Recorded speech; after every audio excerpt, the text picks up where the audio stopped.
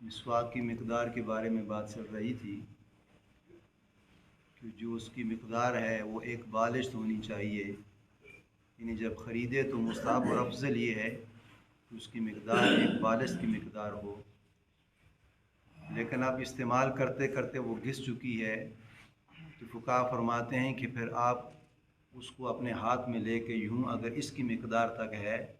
तो इस्तेमाल कर सकते हैं, अगर इससे कम हो चुकी है तो आप इसको छोड़ दें, फिर नई मिसवाक का इस्तेमाल करना ज़रूरी है।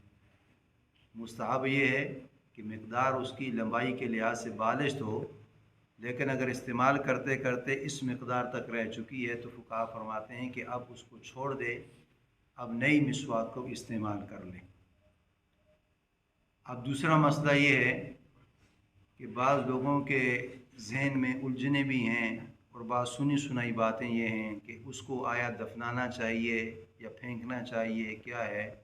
तो फुक़हा फरमाते हैं कि अगर फेंक दो लेकिन ऐसी जगह के जो पाक जगह हो ताकि उसकी बेहुरमती ना हो, इसलिए कि मिसवाक करना सुन्नत है।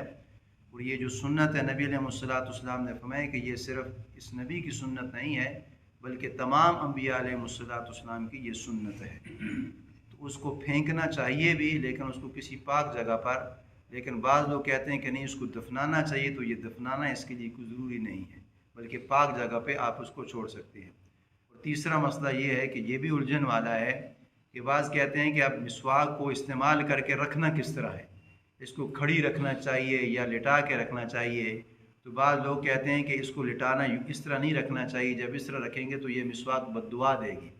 तो फुक़हा फरमाते हैं कि इस तरह नबी अलैहिस्सलाम से ये अमल साबित नहीं है और ना नबी अलैहिस्सलाम ने फरमाया, बल्कि ये है कि मुस्तहब और अफसर अमल ये है कि मिसवाक को इस्तेमाल करके आप उसको खड़ी करके रख दें, इसलिए कि जब खड़ी होगी मिसवाक तो पानी इसका टपकता रहेगा और मिसवाक खुश्क भी रहेगी और तर भी रहेगी, तो ये अमल साबित है। लेकिन अगर जिसने मिसवाक को बिछा भी दिया है अगर वो इस तरह हो गई है तो ये बदुआ वाला अमल नबी अलैहिस्सलाम से साबित नहीं है कि वो मिसवाक बदुआ देती है। ऐसे मतलब सुनी सुनाई बात है, बाकी ये फुक़हा और नबी अलैहिस्सलाम से ये बात साबित नहीं है। और तीसरा मसला ये है कि आप देखते हैं कि मर्द हजरात तो मिसवाक करते हैं लेकिन औरतें नहीं करती। तो जिस तरह मर्द हजरात के लिए मिसवाक करना सुन्नत है, इस तरह औरत हजरात के लिए भी मिसवाक करना सुन्नत है। यानी जिस तरह मर्द तो करते हैं लेकिन आपने देखा होगा कि मस्तूरात ख्वातीन अक्सर नहीं करती, बल्कि देखा भी नहीं होगा कि वो मिसवाक इस्तेमाल करें।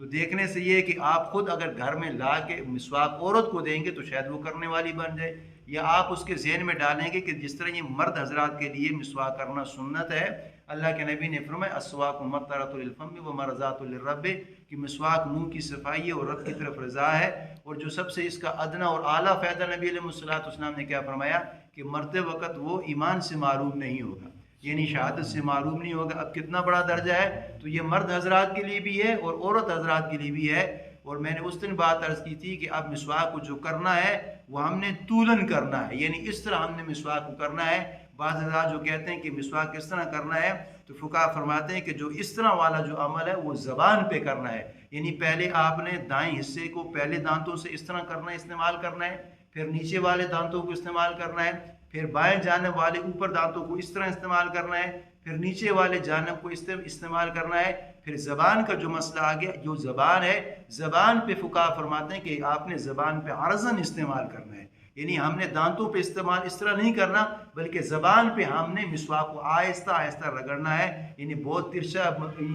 सख्त नहीं, इसलिए कि मसल कमज़ोर होते हैं तो खून निकलने का भी अंदेशा होता है। तो ज़बान पे आहिस्ता आहिस्ता रगड़ना है, लेकिन वो अर्ज़न है। दांतों पे इस्तेमाल का तरीका जो फुक़हा फरमाते हैं कि वो तूलन है। अल्लाह से दुआ है कि अल्लाह ताला हमें कामिल इत्तिबा नसीब फरमाए। अल्लाहुम्मा